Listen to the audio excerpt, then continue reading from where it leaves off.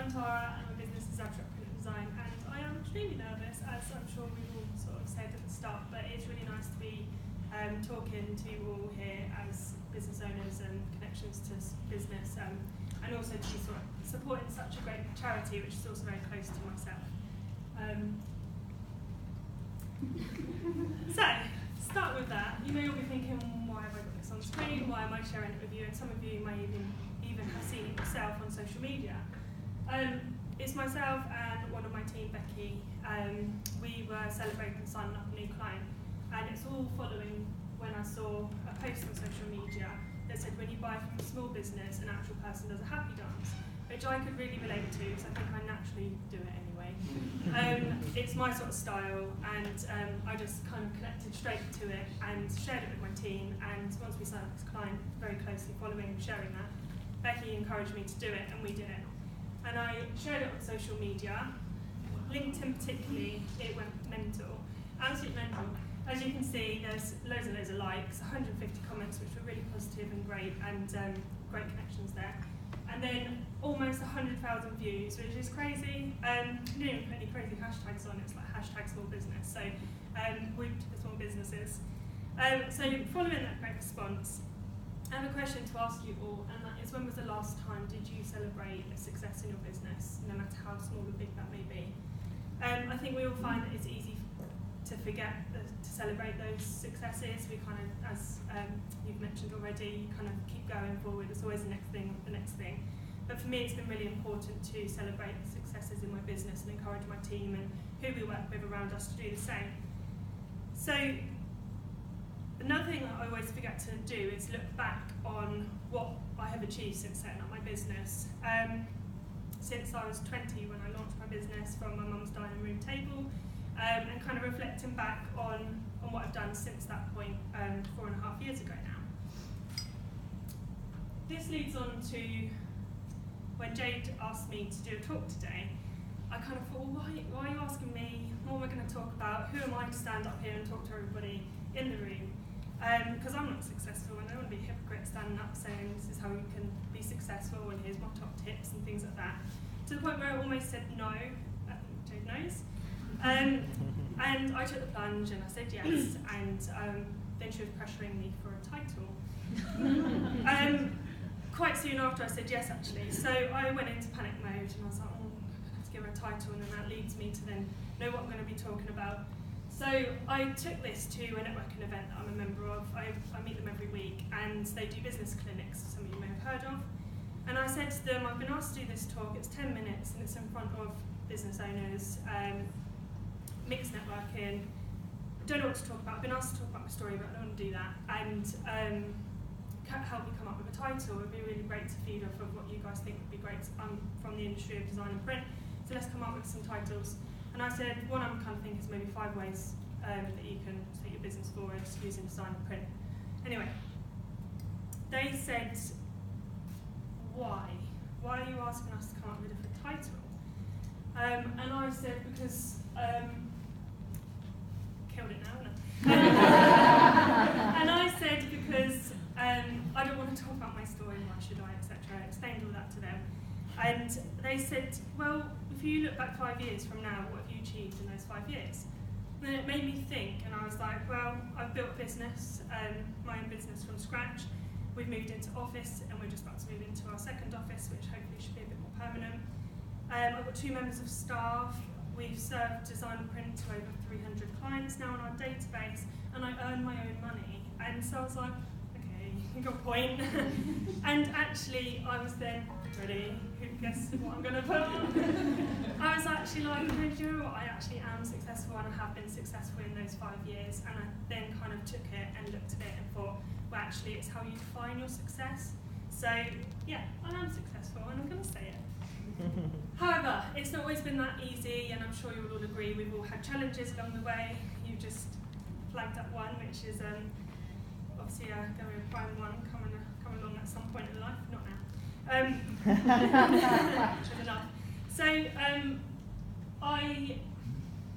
before I set my own business up, I was told I had something called idiopathic hypersomnia.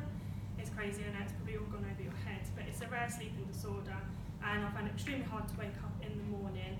And also, where you guys might have had a heavy weekend and you think, oh, I've got a big week ahead, so I'm going to get an early night. It doesn't really work like that for me because my sleep doesn't recharge my batteries. It's all a bit complicated and crazy and boring. But basically, I take tablets for it now and I'm fine and I'm buzzy every day, so that's all good. But at the time, I was kind of thinking, well, what does this mean for me? What does it mean for my career? Where am I going to go?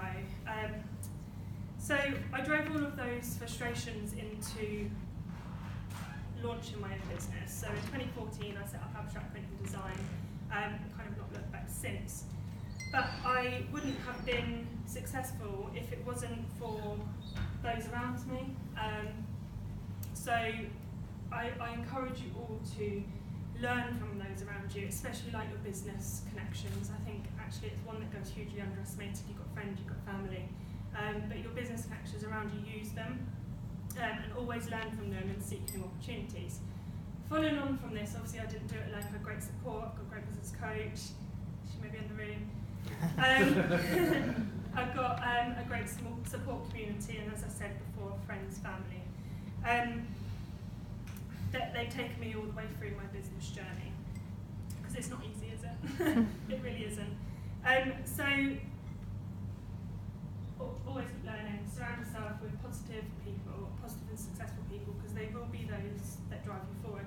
So I do encourage you to take advantage of that. If you've got a new business idea, if you've got like something crazy that you think, well, I'm not sure if it's going to be good, balance it off those around you, use those that you've got at networking groups. If you haven't got them, I mean, you're all here, so that's great. But if you don't do anything else outside of this, then seek out those opportunities and those groups, because they're great, and they have made a huge impact of why I believe where I am now. So then my next point would be find your own business gems. So one I found recently is one that I didn't really think that I didn't expect to come across it. Myself and my team had someone come in and they set us an exercise to review our timeline, so our lifeline, but in order, and to focus on both positive and negative life sort of events that we've all got, basically. And within that, we were encouraged to all look over that and see what impact they had on us, why we're who we are today, why we make the choices and decisions that we do, and is it all part of where we made up of where we are today. My key learning from this was that all of my life, they were like this, it's crazy, all of my positive and negative life experiences were massively impacted by people around me. None of them were just like me, I've had this happen to me. It's always me and someone else, or because of something that happened to someone else. So that was really interesting and a great gem for me to take away, because it's what I've carried through into my business. A massive priority for me is to build that team around me, which I believe I have of those that we've got a nice little small team, myself and Becky, and I employ my mum. Also, they're great admin, aren't they? So building that team is a massive priority to me, really close to my values, and then we carry that through to how we work with our clients. So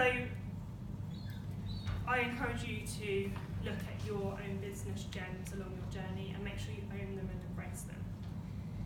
So reflecting back at what I've shared with you today, the few key points. One is always make sure that you learn from your business network, use them and seek opportunities. Two is surround yourself with successful and positive people, because they will take you forward. And three is find your own gems and own them.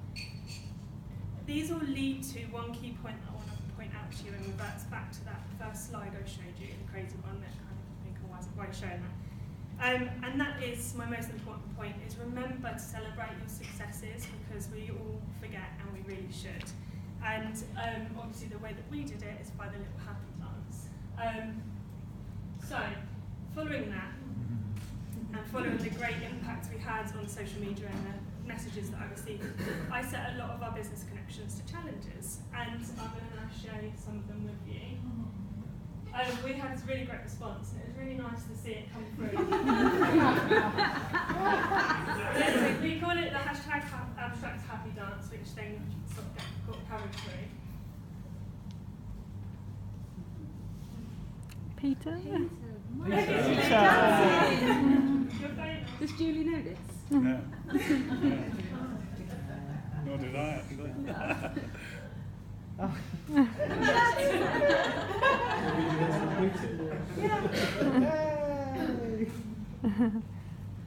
So I challenge you all to do your abstract happy dance and share it with us so we can share it. And I think we should all come together and celebrate our successes and remember to do that. So it's me, Tara, Abstract Print and Design. Very good.